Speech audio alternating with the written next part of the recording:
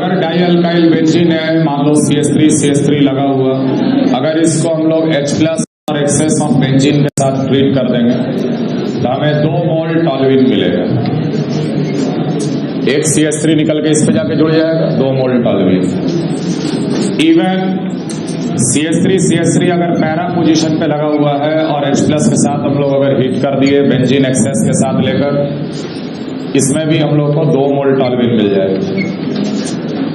लेकिन अगर dialkyl benzene का मेटा आइसोमर लिया जाए, this will be called as meta isomer of dialkyl benzene. Meta isomer of dialkyl benzene को अगर H+ और बेंजीन के साथ ट्रीट किया जाए, we will get no effect. Meta isomer of dialkyl benzene के साथ dealkylation possible नहीं है, because meta isomer of dialkyl benzene is highly stable in nature. Meta isomer of dialkyl benzene is highly stable in nature, highly thermodynamically stable in nature. ये एक benzene को छोड़कर दूसरे ring पे कैसे जाता है, ये मैंने पिछले क्लास में आप लोगों को बता दिया है ना।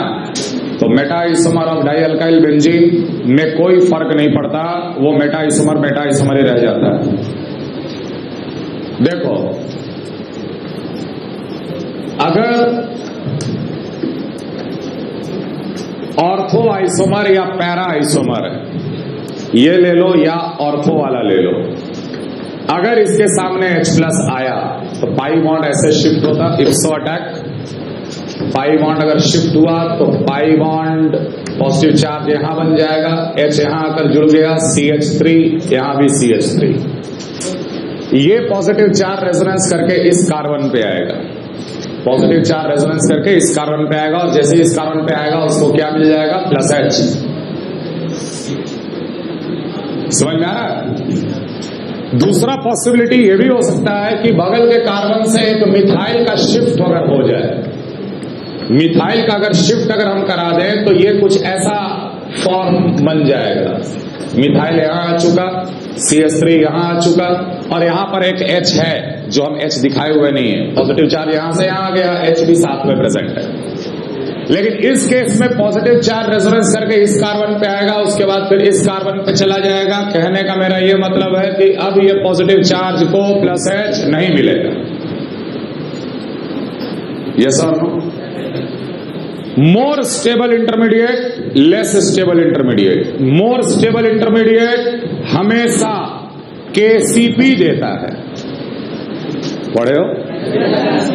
और लेस स्टेबल इंटरमीडिएट हमेशा, अब यहां से मान लो एक H+ निकल जाए, नेगेटिव चार्ज छोड़ा, नेगेटिव चार्ज छोड़ दिया, नेगेटिव और पॉजिटिव मिलके पाई बॉन्ड बना लिया, और वो कन्वर्ट हो गया किसमें, मेटा आइसोमर में कन्वर्ट हो गया। तो ये जो प्रोडक्ट मिलेगा वो क्या मिलेगा, TCP। तो इसीलिए हम लोग बोलते हैं कि meta isomers are thermodynamically highly stable in nature. तो मेटा आइसोमर के साथ कोई डी अल्काइलेशन प्रोसेस नहीं, मेटा आइसोमर के साथ कोई डी अल्काइलेशन प्रोसेस नहीं होता। Meta isomer is highly stable. अब ध्यान देना, अगर हम ऑर्थो आइसोमर को सिर्फ H+ के साथ हीट कर दें, हम साथ में बेंजीन नहीं लिए, तो ये ऑर्थो आइसोमर कन्वर्ट हो जाता है मेटा आइसोमर में। अगर पैरा आइसोमर को ले लो, पैरा आइसोमर को अगर आप H+ के साथ अगर हीट कर दो, ये भी कन्वर्ट हो जाता है मेटा आइसोमर में। एंड ऑब्वियसली मेटा को लेंगे तो कोई फर्क नहीं पड़ेगा, मेटा ही रहेगा।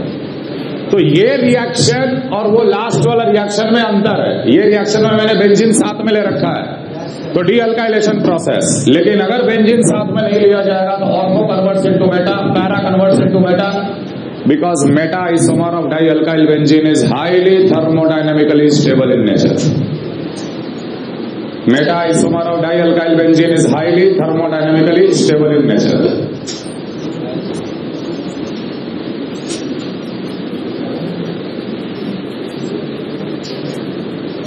बेंजीन में गोला, नहीं तो लगेगा साइक्लोहेक्सेन पढ़ रहे हैं।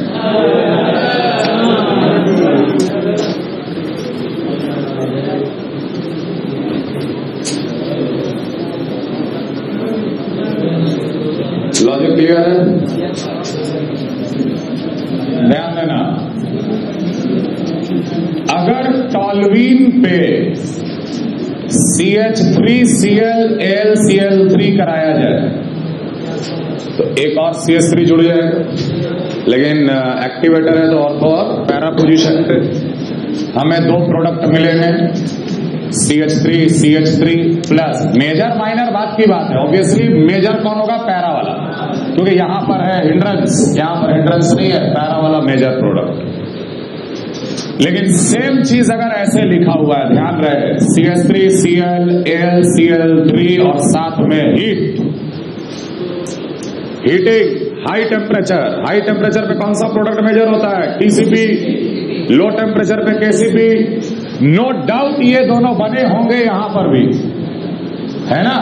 अब H+ एसिड है, एसिड की वजह से एसिड के बदले लिविस एसिड ही क्यों ना हो, बात बराबर है। H+ ले लो या AlCl3 ले लो, तो ये ऑर्थो और पैरा वाला लिविस एसिड और हीट के प्रेजेंस में कन्वर्ट हो जाता है मेटा आइसोमर में, और आपको ये आंसर लिखना पड़ेगा। समझ में आ रहा? ऑर्थो पैरा बना, लेकिन वो ऑर्थो पैरा AlCl3 हीट के प्रेजेंस में H+ हीट जैसे दिया हुआ है वहां पर, हम लोग को फाइनली एक प्रोडक्ट मिलेगा, that is Meta isomer. Clear?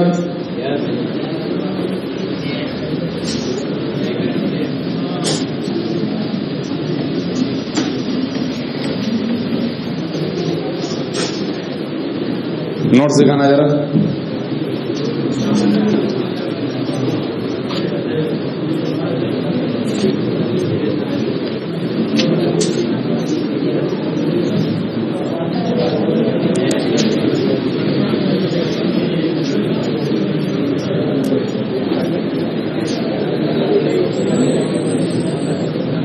Alkylation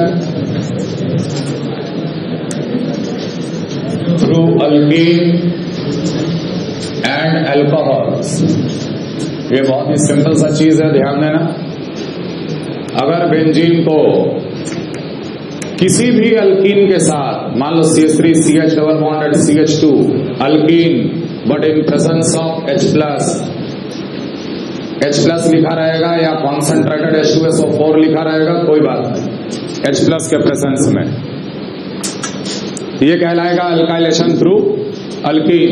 pi bond तुरंत H+ गेन करेगा, H+ गेन करने के बाद CH3 CH positive CH3 carbocation बन गया पहला, और ये कार्बोकैटायन बिहेव करेगा इलेक्ट्रोफाइल की तरह और जाकर बेंजीन पे जुड़ जाएगा। अल्टीमेटली हम लोग को मिलेगा आइसोप्रोपाइल बेंजीन। इस तरह भी अल्काइल बेंजीन बनाया जाता है। अगर बेंजीन को किसी अल्कोहल के साथ ले लिया जाए, मान लो CH3 CH CH3 CH2OH एक alcohol in presence of concentrated H2SO4 या H+, अगर किसी अल्कोहल के साथ भी अगर ले लिया जाए तो ये ऑक्सीजन का लोन पेयर H+ गेन करके क्या हो जाएगा? प्रोटोनेट हुआ और निकल गया वाटर के फॉर्म में, मिलेगा कार्बोकैटायन। और अगर ये कार्बोकैटायन मिला है तो ये रीअरेंज भी करेगा, हाइड्राइड शिफ्ट, बगल के कार्बन से हाइड्राइड शिफ्ट, ये बन जाएगा Me3C पॉजिटिव, ये बन गया इलेक्ट्रोफाइल। ये इलेक्ट्रोफाइल बेंजीन पे जाकर जुड़ जाएगा by electrophilic aromatic substitution, CMe3 answer. तो अगर अल्कोहल के साथ H+ लिया गया है, अल्कोहल के साथ अगर H+ लिया गया है तो कार्बोकैटायन बनाना है, कार्बोकैटायन बना, OH हटाकर कार्बोकैटायन बना लो, रीअरेंज कर लो, पॉजिटिव चार्ज जहां आए सीधे उसको जोड़ देना बेंजीन में। अल्कीन के साथ H+, अल्कीन का पाई बॉन्ड H+ गेन करेगा, कार्बोकैटायन बनेगा। कार्बोकैटायन अगर रीअरेंज कर सकता है तो रीअरेंज करा देना और उसके बाद जोड़ देना बेंजीन पे। इस तरह से भी फ्रिडल-क्राफ्ट अल्काइलेशन कराया जाता है।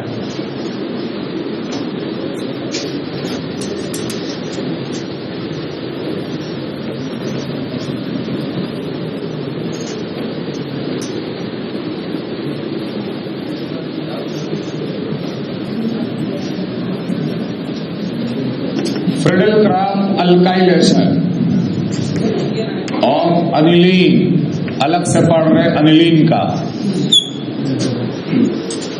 अलग से इसलिए पढ़ा जा रहा है क्योंकि अगर अनिलीन को किसी अल्काइल हैलाइड और साथ में AlCl3 के साथ ले लोगे तो हमें ऐसा लगता है कि यहां भी R पॉजिटिव बनेगा और R पॉजिटिव जाकर बेंजीन के कार्बन पे जुड़ जाना चाहिए। NH2 ऑर्थो पैरा डायरेक्टिंग है तो एक ऑर्थो पे R लग जाए और एक पैरा पे R लग जाए, लेकिन नो रिएक्शन नहीं होता। इसके पीछे कारण है, कारण ये है कि नाइट्रोजन का लोन पेयर बहुत ज्यादा बेसिक है। ये जैसे ही लिविस एसिड के कांटेक्ट में आता है, लिविस एसिड इसका लोन पेयर अब्स्ट्रैक्ट कर लेता है। हैलोजन का लोन पेयर के बदले नाइट्रोजन का लोन पेयर, नाइट्रोजन का लोन पेयर ज्यादा बेसिक। स्ट्रॉन्ग लिविस बेस कौन है? नाइट्रोजन। लोन पेयर अब्स्ट्रैक्ट किया, लोन पेयर अब्स्ट्रैक्ट करने के बाद ये बन जाएगा PHNH2 positive bonded to AlCl3 minus. और जैसे ही नाइट्रोजन पे पॉजिटिव चार्ज आया ये बन गया deactivator, ring gets deactivated, therefore no reaction happens. अब तो NH3 पॉजिटिव जो है वो तो डीएक्टिवेटर हो गया, रिंग का इतना रिएक्शन हो जाता है कि आगे रिएक्शन होता ही नहीं है, किसी भी प्रकार का इलेक्ट्रोफाइल के साथ वो जुड़ता नहीं है। क्लियर? तो इसको हम लोग थोड़ा डिफरेंट तरीका से अल्काइलेशन कराते हैं। पहले कॉपी करो यहां पर। इसको अल्काइलेशन करने का तरीका, सबसे पहले PHNH2 अनिलीन, अनिलीन को ट्रीट किया जाता है RC डबल बॉन्डेड OCl के साथ या किसी अनहाइड्राइड के साथ। RCOCl में Cl लिविंग ग्रुप है और इसमें भी ये कार्बोक्साइलेट आयन लिविंग ग्रुप है, दोनों में मैकेनिज्म सेम। सबसे पहले ये नाइट्रोजन का लोन पेयर करता है न्यूक्लियोफिलिक एडिशन कार्बोनिल पे, नेगेटिव चार्ज वापस आएगा और ये लिविंग ग्रुप बाहर निकल जाएगा। Cl माइनस निकला और यहीं से एक H प्लस ले लेगा, HCl बाहर। Ultimately we get NHC double bonded OR। हम लोग इस अमीन को अमाइड का रूप दे देते हैं। ये अब क्या बन गया? अमाइड। और अमाइड में नाइट्रोजन का लोन पेयर नाइट्रोजन पे नहीं होता, वो कहां होता है? ऑक्सीजन पे। इसीलिए तो amides are nearly neutral molecule, they are not at all basic. Weakest base amides, amide का सोल्यूशन नियरली न्यूट्रल। अब नाइट्रोजन के पास कोई लोन पेयर नहीं है, ऑक्सीजन के पास है लेकिन ऑक्सीजन देगा नहीं, हाईली इलेक्ट्रोनेगेटिव। क्लियर? अब ऐसा lone pair cannot be protonated, cannot be abstracted by Lewis acid. Now this lone pair cannot be protonated, cannot be abstracted by Lewis acid।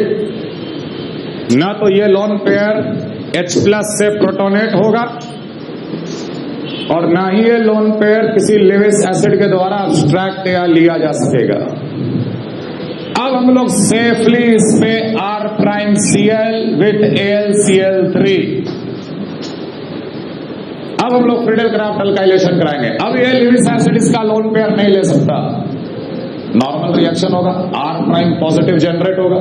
Rearrange कर लेना, रीअरेंज करके ये एक्टिवेटर है कि डीएक्टिवेटर? एक्टिवेटर। ये plus M वाला ही group है तो ऑर्थो और पैरा पोजीशन पे जुड़ेगा, ये बन जाएगा NHCOR R' plus NHC double bonded OR R'।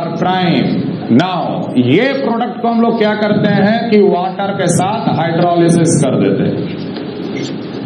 Hydrolysis, water का लोन पेयर अटैक करा कार्बोनिल पे, ये पाई बॉन्ड शिफ्ट हुआ, ये वापस आएगा और इतना पार्ट लिविंग ग्रुप की तरह निकल जाएगा।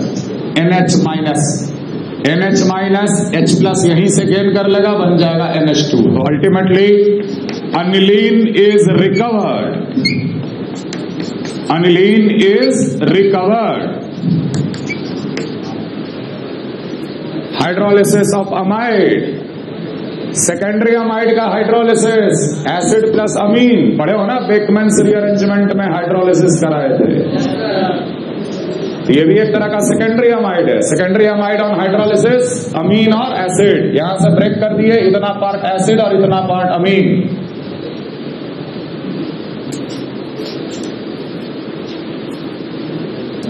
फेनॉल और alkoxy benzene, RX plus AlX3, Friedel-craft alkylation, poor yield, same कारण। यहां भी ऑक्सीजन का lone pair Lewis acid abstract करता है, यहां भी करता है। फेनॉल और अल्कोक्सी बेंजीन में भी फ्रिडल-क्राफ्ट अल्काइलेशन, फ्रिडल-क्राफ्ट अल्काइलेशन बहुत पुअर होता है लेकिन बहुत पुअर होता है। हम यहां ये नहीं लिख रहे कि नो रिएक्शन, यील्ड मिलेगा लेकिन बहुत कम मिलेगा। तो हम लोग भी क्या करते हैं कि फेनॉल को ट्रीट कर देते हैं सबसे पहले TSC, तो ये बन जाता है OTS। उसके बाद RCl AlCl3,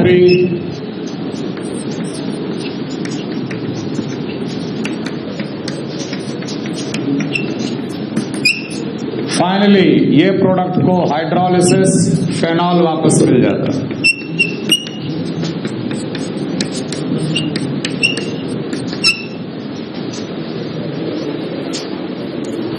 OTS क्या है बेसिकली? TS क्या है? S double bonded O benzene का रिंग और साथ में CH3 लगा हुआ। तो यहां भी ऑक्सीजन का लोड कर क्या कर जाता है, इधर रेजोनेंस कर जाता है जैसे अमाइड में कर रहा था। इसलिए ये लोन पेयर भी अब्स्ट्रैक्ट नहीं हो सकता, प्रोटोनेट नहीं हो सकता। तो इसको कहते हैं अनिलीन का प्रोटेक्शन। सबसे पहले अनिलीन का लोन पेयर को प्रोटेक्ट किए, प्रोटेक्ट करने के बाद रिएक्शन कराए, रिएक्शन के बाद अनिलीन को रिकवर कर ली।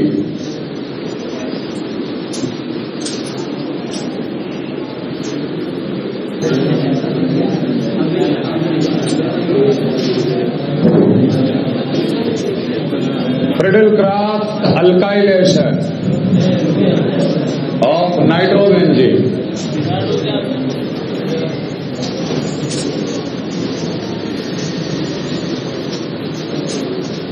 जब नाइट्रोजन पे पॉजिटिव चार्ज आया तो वो सिर्फ -I शो कर रहा था, क्योंकि नाइट्रोजन के पास तो कोई वेकेंट ऑर्बिटल है नहीं। नाइट्रोजन का जब लोन पेयर अब्स्ट्रैक्ट हो गया तो नाइट्रोजन पे क्या चार्ज आया? पॉजिटिव, जिसके कारण वो रिंग को क्या कर रहा था? डीएक्टिवेट। तो -I ही इतना डीएक्टिवेट कर देता है कि रिंग का रिएक्टिविटी खत्म, इसलिए लिख दिए नो रिएक्शन। अब तुम खुद सोचो कि अगर नाइट्रो जैसा -M वाला ग्रुप अगर लगा रहेगा और इस पे अगर हम लोग RCl और AlCl3 कराने का कोशिश करें, अगेन नो रिएक्शन। नाइट्रोबेंजीन पे भी ये रिएक्शन नहीं होता। तो नाइट्रोबेंजीन पे अल्काइल जोड़ने के तरीका को कहते हैं न्यूक्लियोफिलिक फ्रिडल-क्राफ्ट।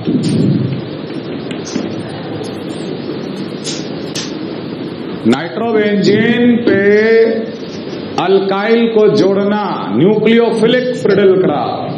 नाइट्रोबेंजीन जब आएगा कांटेक्ट में ऑर्गेनोमेटेलिक के RLi RNA न्यूक्लियोफाइल ले लिए R-, ये रिंग में इलेक्ट्रॉन डेंसिटी बहुत कम है, इसलिए इलेक्ट्रोफाइल को अट्रैक्ट नहीं किया, लेकिन न्यूक्लियोफाइल को तो अट्रैक्ट करेगा। जब नाइट्रो -M शो करेगा तो -M के वजह से पॉजिटिव चार्ज कहां कहां क्रिएट होगा? ऑर्थो और पैरा पे। ऑर्थो और पैरा पे पॉजिटिव चार्ज, न्यूक्लियोफाइल ऑर्थो और पैरा पे जाकर जुड़ जाएगा। NO2R और यहां पर भी NO2R। नाइट्रो ग्रुप इलेक्ट्रोफाइल के लिए मेटा डायरेक्टिंग है, लेकिन न्यूक्लियोफाइल के लिए ऑर्थो पैरा डायरेक्टिंग है। Nitro group is a Meta directing group. लेकिन मेटा डायरेक्टिंग किसके लिए? इलेक्ट्रोफाइल के लिए। न्यूक्लियोफाइल अगर आएगा तो जहां पॉजिटिव चार्ज होगा वहीं जाकर जुड़ेगा। और -m में पॉजिटिव चार्ज क्रिएट होता है ऑर्थो और para position.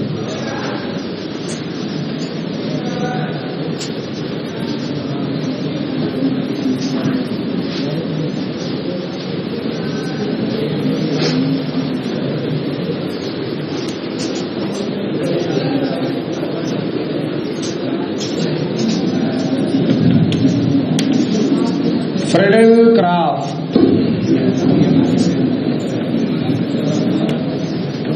acylation.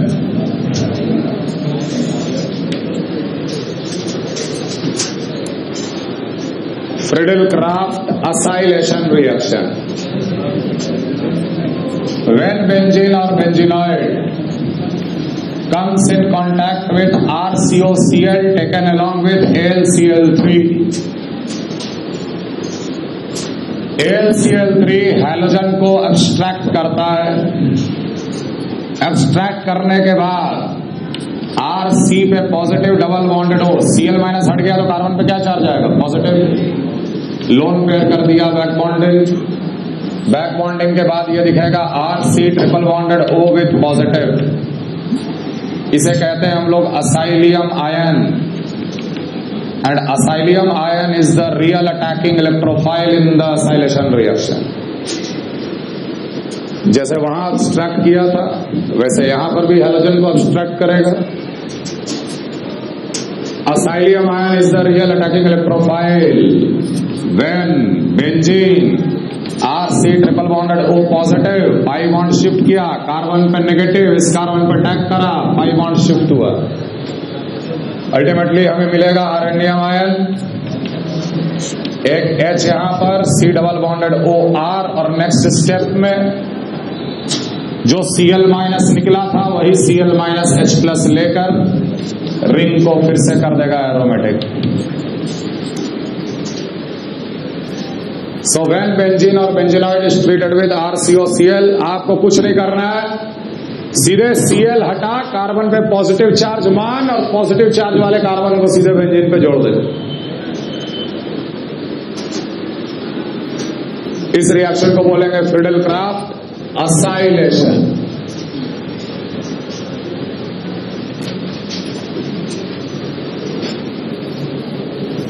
Friedel-Crafts acylation rate directly proportional to the living ability of living group। जितना जल्दी ये Cl माइनस निकलेगा उतना फास्ट फ्रीडल-क्राफ्ट असाइलेशन होता है। ध्यान रहे, अल्काइलेशन बैक बॉन्डिंग के स्ट्रेंथ पे डिपेंडेंट था, लेकिन ये रिएक्शन लिविंग एबिलिटी के डिपेंडेंट होता है। R C double bonded OI, R C double bonded OBr, R C double bonded OCl and R C double bonded OF। Rate का order living ability का order. I minus का living ability सबसे ज्यादा, F का living ability सबसे कम। जब benzene को RCOCl के साथ ट्रीट किया जाता है इन प्रेजेंस ऑफ AlCl3, या इसे अनहाइड्राइड के साथ ट्रीट किया जाता है in presence of AlCl3, even carboxylic acid के साथ ट्रीट किया जाता है in presence of AlCl3, and ester के साथ ट्रीट किया जाता है इन प्रेजेंस ऑफ AlCl3।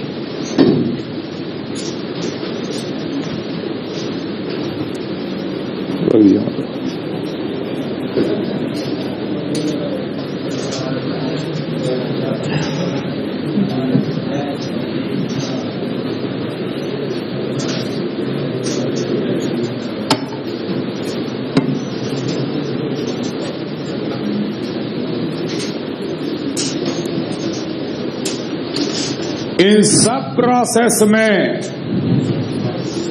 हमें बेंजीन पे C डबल बॉन्डेड OR लगा हुआ ही स्पीशीज मिलता है। They all are Friedel Craft acylation. Leaving group का अलग अलग है बस। लिविंग ग्रुप अलग अलग है, मैकेनिज्म सेम है। हर केस में असाइलियम आयन मिलेगा, असाइलियम आयन ही बेंजीन के साथ जाकर जुड़ेगा। तो फ्रिडल क्राफ्ट असाइलेशन सबसे कॉमन यही रिएजेंट है, RCOCl AlCl3, लेकिन इनके साथ भी सेम प्रोडक्ट मिलता है।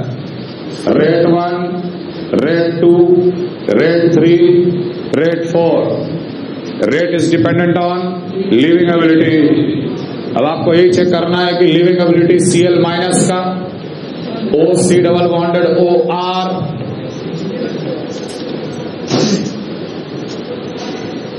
OH माइनस, RO माइनस, किसका लिविंग एबिलिटी सबसे ज्यादा है? Weak bases are good leaving groups. पढ़े हो? Weak bases are good leaving groups. सबका कॉन्जुगेट एसिड बना लो, HCl, RCOOH, वाटर, ROH। इनमें सबसे स्ट्रॉन्ग एसिड कौन है? सबसे वीक बेस कौन होगा? अगर एसिड सबसे स्ट्रॉन्ग है तो वीकेस्ट बेस कौन होगा? Cl minus. इसलिए R1 का रेट सबसे ज्यादा, और इसीलिए ये रिएजेंट सबसे ज्यादा कॉमन है। असाइलेशन COCl के साथ कराया जाता। अब कौन है इनमें से स्ट्रॉन्गेस्ट एसिड? Carboxylic acid. इसलिए अनहाइड्राइड, वाटर अल्कोहल में वाटर, एसिड, और लास्ट में आएगा एस्टर। एस्टर के साथ असाइलेशन नहीं के बराबर कराया जाता है। समझ में आ रहा? जितना ज्यादा leaving ability of the leaving group उतना fast rate.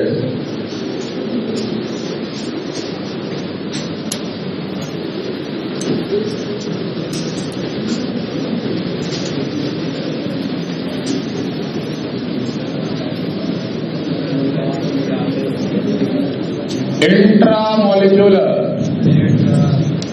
Friedel Craft acylation supports 5 to 6 membered cyclization।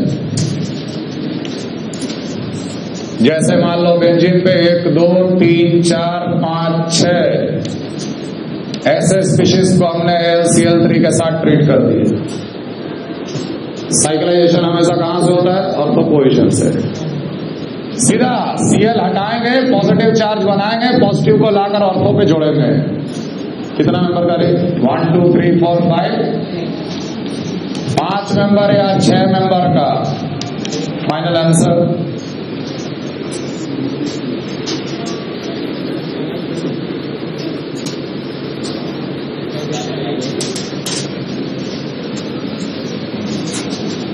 RCl taken along with AlCl3 alkylation कहलाता है। RCOCl taken along with AlCl3 acylation कहलाता है। कौन फास्टर होगा? तो ध्यान रखना, कार्बोनिल होने के कारण कोई भी लिविंग ग्रुप हो वो कार्बोनिल के साथ रेजोनेंस कर रहा है। देखो, चाहे एसिड COCl हो या अनहाइड्राइड हो या एसिड हो, रेजोनेंस इज देयर। रेजोनेंस के कारण डबल बॉन्ड कैरेक्टर होने के कारण स्ट्रेंथ ज्यादा। यहां पे Cl आसानी से नहीं निकलेगा जितना कि यहां जल्दी से निकलेगा। Therefore, in general, Friedel-Crafts alkylation is faster than acylation process. Friedel-Crafts alkylation process is faster than acylation process.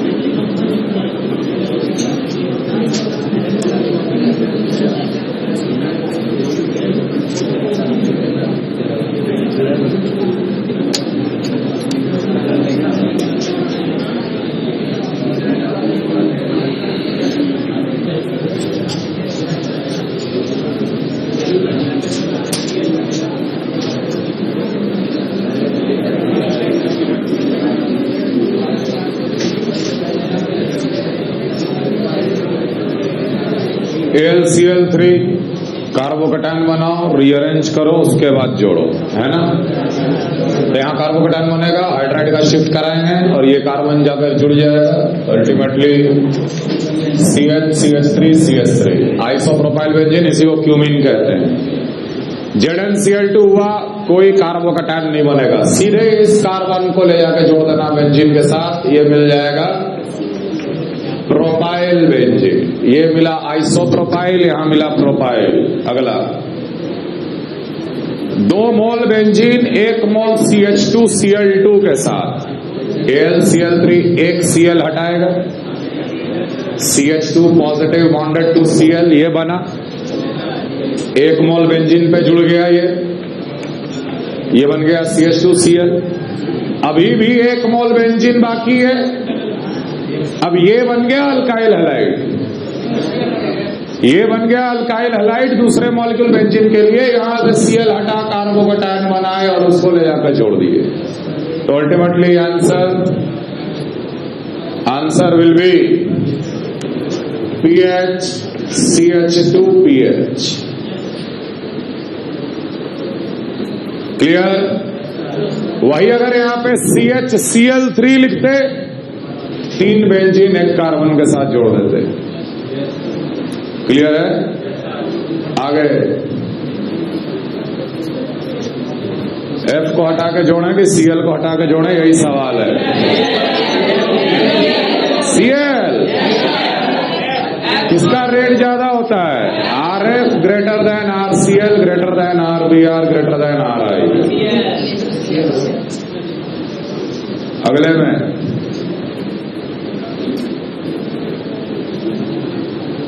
क्या बनना चाहिए? एक CH2 जुड़ गया, CH2Cl है, यहां से भी Cl निकाला, इसको जोड़ दिए, 5 मेंबर का रिंग। अल्फा कार्बन पे ही तो जुड़ता है ना नेप्थलीन पे। पहले एक Cl हटाकर अल्फा कार्बन पे जोड़ो और उसके बाद क्लियरली आपको 5 मेंबर का रिंग दिख जाएगा जब दूसरे अल्फा पे जुड़ जाएगा CH2। तो कहने का मतलब ये 2 Cl हटाकर सीधे इसको ले जाकर जोड़ दो, 5 मेंबर का रिंग बीच में। अगला सेम टाइप का रिएक्शन जो CH2Cl2 के साथ हुआ वही SCl2 के साथ भी होगा। 2 बेंजीन के बीच में एक सल्फर आ जाएगा, थायोईथर। अगला रिएक्शन याद रखिएगा, benzene plus cyclopropane AlCl3। Cyclopropane strained ring है, बॉन्ड पेयर को ऑब्स्ट्रैक्ट किया, बॉन्ड पेयर को ऑब्स्ट्रैक्ट किया, कार्बोकैटायन कार्बोकैटायन सीधे जाके बेंजीन के साथ जुड़ जाता है और हमें मिलता है प्रोपाइल बेंजीन। आइसोप्रोपाइल नहीं, प्रोपाइल बेंजीन।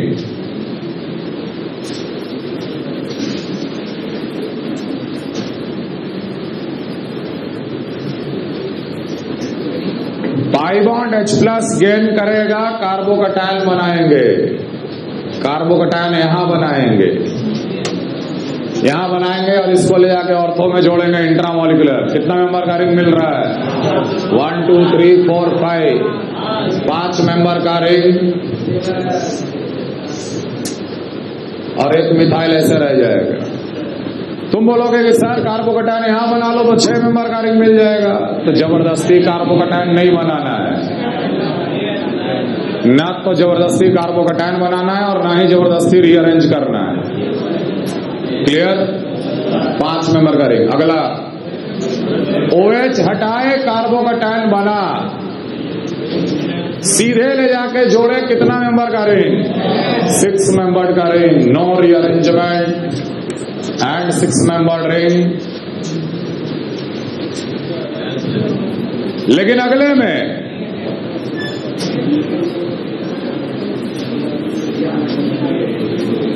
क्या हुआ सर?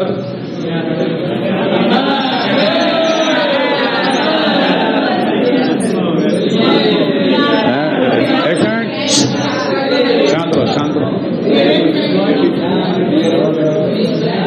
ब्रोमीन हटाए, कार्बोकैटायन बनाए, क्या इसको जोड़ने से 5 या 6 मेंबर का रिंग मिलेगा?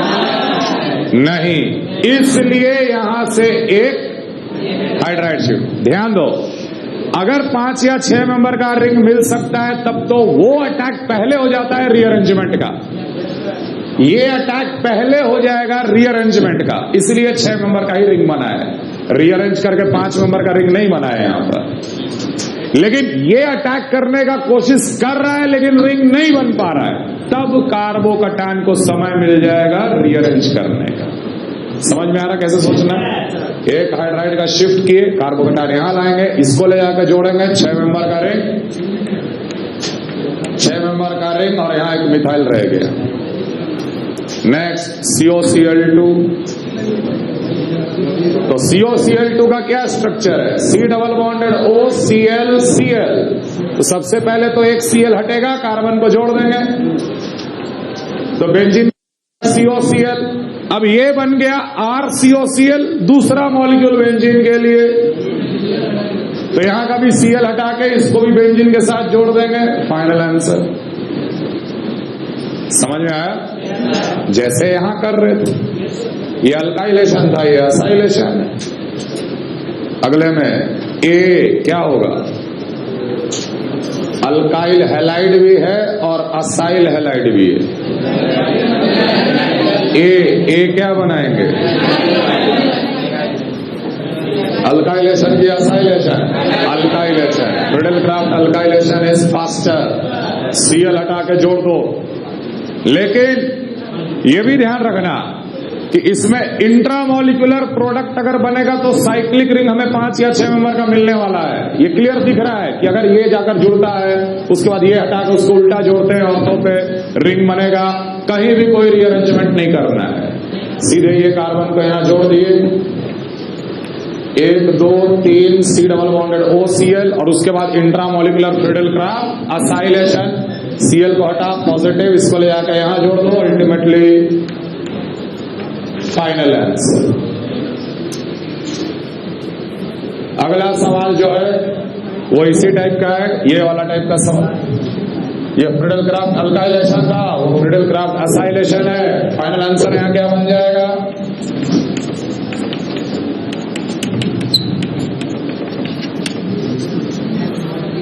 क्लियर? Cl हटाकर अल्फा पे जोड़ दिए, फिर दूसरा Cl हटाकर दूसरे अल्फा पे जोड़ दिए, 5 मेंबर का रिंग।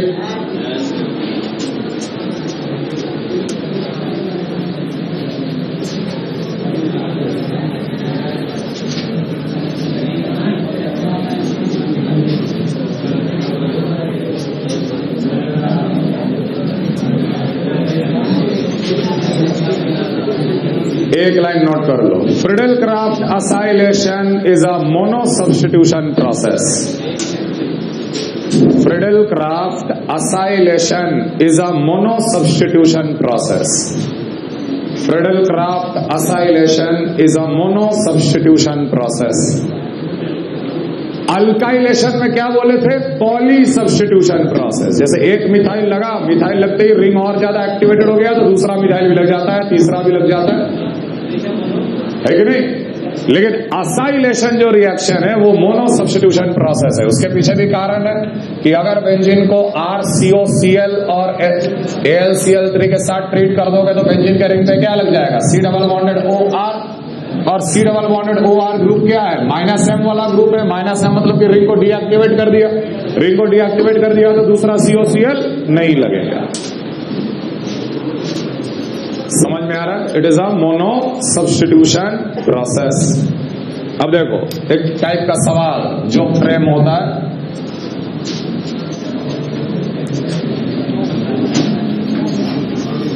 बेंजीन से मुझे बनाना है इथाइल बेंजीन। कौन सा तरीका बेस्ट होगा? पहला तरीका, ethyl chloride taken along with AlCl3। दूसरा तरीका, सबसे पहले CH3 C double bonded OCl AlCl3 के साथ ट्रीट करो और उसके बाद कर दो आप ZnHgHCl।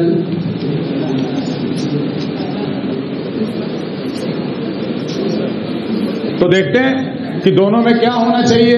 अगर इसको ट्रीट किया जाएगा EtClAlCl3 के साथ, नो डाउट बेंजीन पे लगेगा ET, इथाइल बेंजीन मिल रहा है। और इसी बेंजीन को अगर हम सबसे पहले CH3C डबल बॉन्डेड OClAlCl3 के साथ अगर ट्रीट किए तो सबसे पहले बेंजीन पे लगेगा C डबल बॉन्डेड OCH3 और उसके बाद ZnHgHCl। कौन सा रिएक्शन है? क्लीमेंसन रिडक्शन। कार्बोनिल को CH2 में कन्वर्ट कर देगा। कार्बोनिल को CH2 में कन्वर्ट कर लिया तो यहां भी मिला मेरे को इथाइल बेंजीन। लेकिन बेस्ट तरीका कौन सा है? फर्स्ट और second? It is obviously second. कारण क्योंकि एक इथाइल लगा हुआ प्रोडक्ट में मिलेगा ही नहीं। Alkylation is a poly substitution process. Mono वाला भी मिलेगा, डाई वाला भी मिलेगा, ट्राई वाला भी मिलेगा, बहुत सारे इथाइल लगे हुए प्रोडक्ट मिलेंगे। लेकिन इस केस में ये तो मोनो मिलेगा और उसको कन्वर्ट कर लेंगे हम इथाइल बेंजीन में। This is the best suit and method to get the alkyl benzene. समझ में आ रहा है?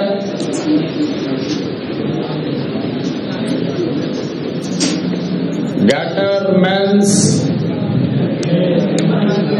कॉच रिएक्शन, एक लाइन में ये रिएक्शन, जब बेंजीन को कार्बन मोनोक्साइड HCl एक्वस के साथ ट्रीट कर दिया जाता है तो हमें बेंजल्डिहाइड मिलता है। ऑब्वियसली ये भी मोनो सब्स्टिट्यूशन प्रोसेस होगा क्योंकि बेंजीन पे CHO लग गया तो CHO क्या शो करता? -M। बेंजीन से बेंजल्डिहाइड बनाने का तरीका, मैकेनिज्म, कार्बन मोनोक्साइड का स्ट्रक्चर, ऑक्सीजन पे पॉजिटिव और कार्बन पे नेगेटिव, ये कार्बन मोनोक्साइड होता है। कोऑर्डिनेट बॉन्ड ऑक्सीजन से कार्बन की ओर, पढ़े हो ना? HCl से आया H+, कार्बन का नेगेटिव H+ गेन कर दिया, बना HC triple bonded O positive. यही है रियल अटैकिंग इलेक्ट्रोफाइल। बेंजीन और benzenoid plus real attacking electrophile HC triple bonded O positive. Pi bond shift कराए, कार्बन इस कार्बन पर अटैक करा, पाई बॉन्ड शिफ्ट हो गया। आरएनएम आयन H और यहां बन जाएगा C double bonded OH। Nucleophile Cl- है जो कि H+ हटाएगा, benzene will regain its aromaticity, hence benzaldehyde gets form. अगले रिएक्शन को कहते हैं Gattermann synthesis.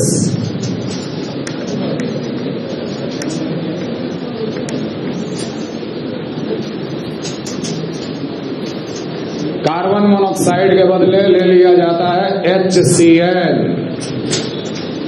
along with dilute H+,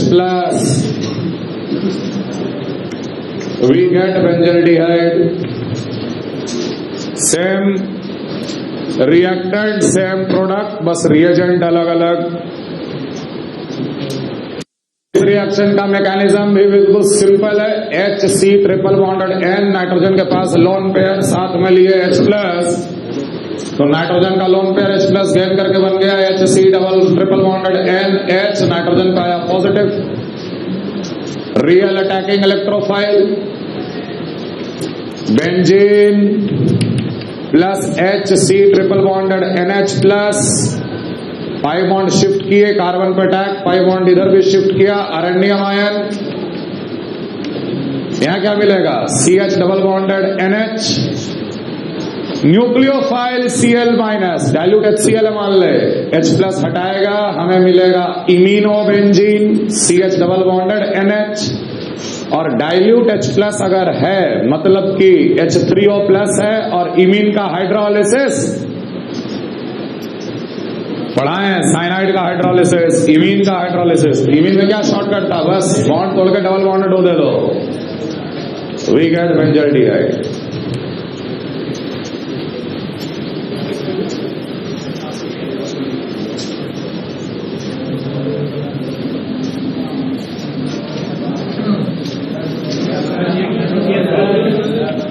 When benzene is treated with RCN in presence of dilute H+,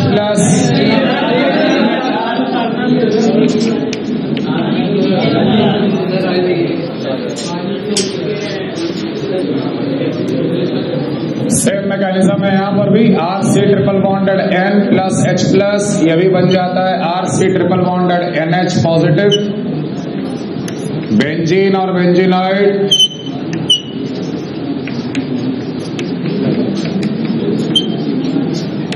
CR double bonded NH, Cl minus H plus हटाएगा, CR double bonded NH, imine और imine का hydrolysis, benzene पे C double bonded OR। तो फिर से सवाल ऐसे पूछा जा सकता है कि अगर मुझे बनाना है बेंजीन से methyl benzene, which will be the best method? Treating it with CH3Cl, AlCl3, और treating it with carbon monoxide plus HCl पहले और followed by क्या का followed by? हाँ, और followed, अरे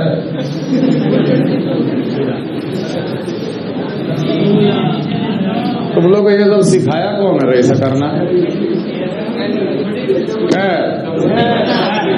ZnHG HCl बेस्ट मेथड। तो ये नो डाउट मिथाइल बेंजीन देगा, बेंजीन पे मिथाइल लगा हुआ मिलेगा, लेकिन ये पॉली सब्स्टिट्यूशन प्रोसेस है। यहां पर हम लोग को सबसे पहले मिलेगा बेंजल्डिहाइड, ये गैटरमैन कॉच रिएक्शन हो गया, और ये मोनो सब्स्टिट्यूशन प्रोसेस है क्योंकि ये -M लगा हुआ है, -M वाला ग्रुप है तो दूसरा CHO तो नहीं लगेगा। समझ में आ रहा है? और उसके बाद इसको अगर हम लोग क्लीवेंसन रिडक्शन कर देंगे तो C डबल बॉन्डेड हो CH2 में, मतलब CHO CH3 में कन्वर्ट हो जाएगा। This will be the best method. Clear everyone?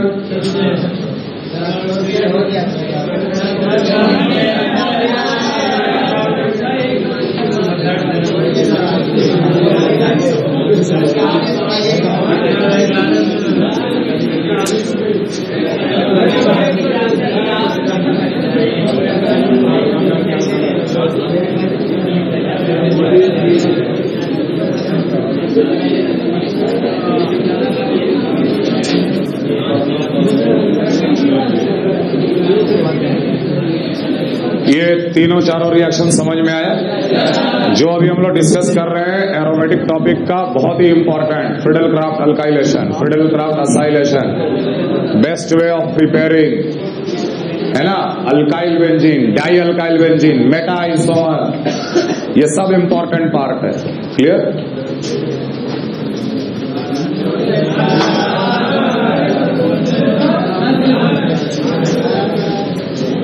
एक छोटा सा चीज देख लो, उसके बाद छोड़ दो।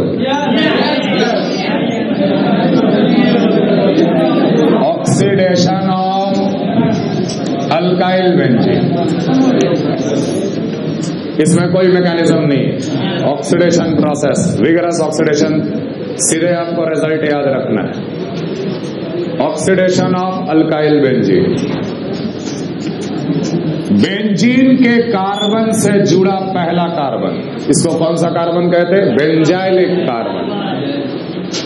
बेंजाइलिक कार्बन के पास कम से कम एक H होना चाहिए, एक बेंजाइलिक हाइड्रोजन होना चाहिए। इसके बाद क्या चीज जुड़ा हुआ है और कितना लंबा चैन है जुड़ा हुआ, उससे कोई मतलब नहीं। क्या जुड़ा हुआ है और कितना लंबा चैन है उससे कोई मतलब नहीं, बस ये दोनों को देखना है। एक हाइड्रोजन होना चाहिए कार्बन के पास। When it will be treated with H plus KMnO4 ही हॉट एसिडिक KMnO4 या hot alkaline KMnO4, hot acidic KMnO4 या हॉट अल्कलाइन KMnO4, सिर्फ बचता है वही बेंजीन के साथ कार्बन डबल OH के साथ, that means benzoic acid, and benzoic acid is a white powder. बाकी ये जितना लंबा चेन था दोनों तरफ सब ऑक्सीडाइज हो गया, कार्बन डाइऑक्साइड वाटर वेपर में, सल्फर था तो SO2 में, बस बचता है बेंजीन के साथ वही है कार्बन जो हम हाईलाइट किए हुए। समझ में आ रहा? जैसे मान लो एक एग्जांपल हम लें कि बेंजीन पे एक तरफ यहाँ CH3 लगा था, यहाँ पर CH2Cl लगा था, यहाँ में मान ले CH2OH लगा था। अगर इसको ट्रीट कर देंगे हॉट अल्कलाइन KMnO4 के साथ, अगर ट्रीट कर दिया गया, यहाँ भी बेंजोइक एसिड, यहाँ भी एसिड, यहाँ पर भी एसिड, फाइनली हम लोग को मिलेगा COOH, इधर भी COOH और इधर भी COOH।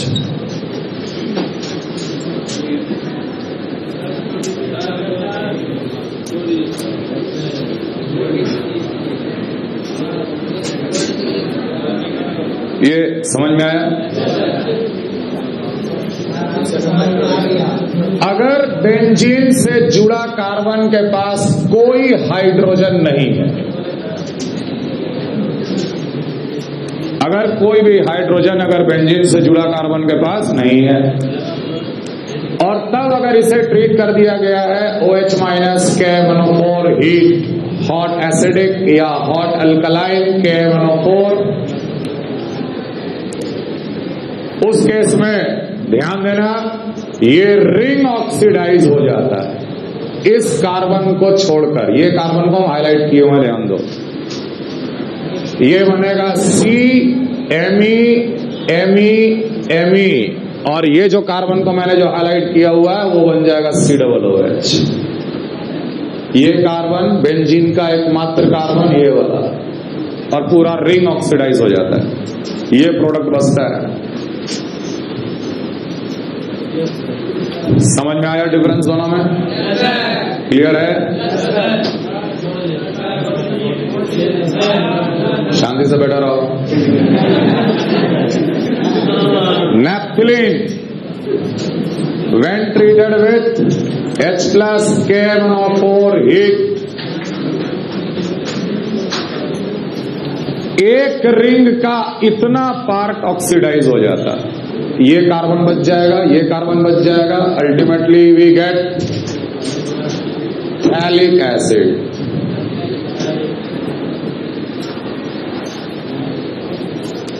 नैप्थलीन पे अगर कोई ग्रुप जुड़ा हुआ रहे, जैसे मान लो NO2 लगा दिए नैप्थलीन पे और सेम रिएजेंट, तो यहां डिसाइड करना पड़ेगा कौन सा रिंग को ऑक्सीडाइज करें, कौन सा रिंग को छोड़ दें।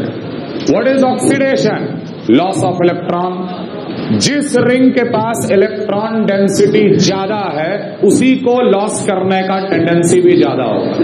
बताओ कौन सा रिंग के पास इलेक्ट्रॉन डेंसिटी ज्यादा? लेफ्ट की राइट?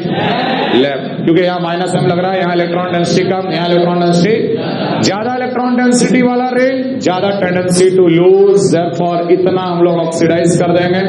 नाइट्रो वाला जाएगा और यहाँ पर हम लोग COOH और इधर COOH लगा देंगे।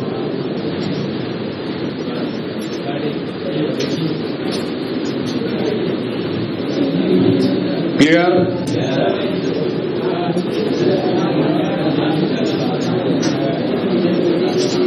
क्लियर है?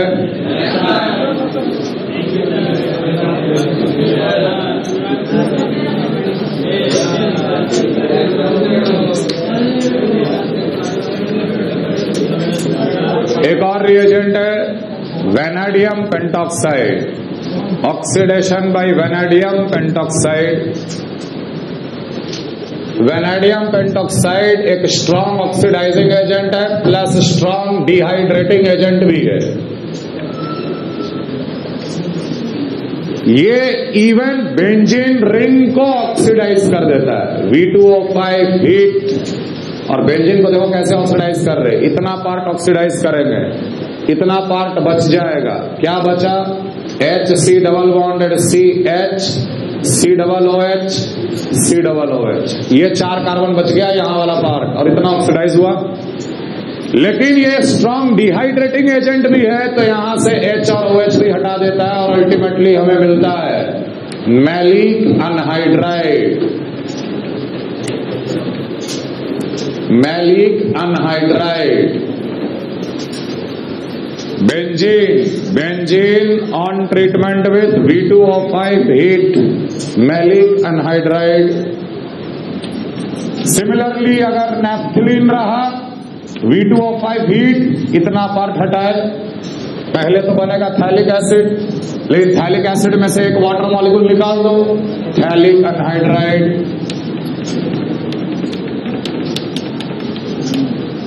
रूल अभी भी वही है कि जिस रिंग में इलेक्ट्रॉन डेंसिटी ज्यादा उसी रिंग का ऑक्सीडेशन फास्टर। इस केस में NO2 वाला रिंग बच जाएगा और यहां अनहाइड्राइड बन जाएगा।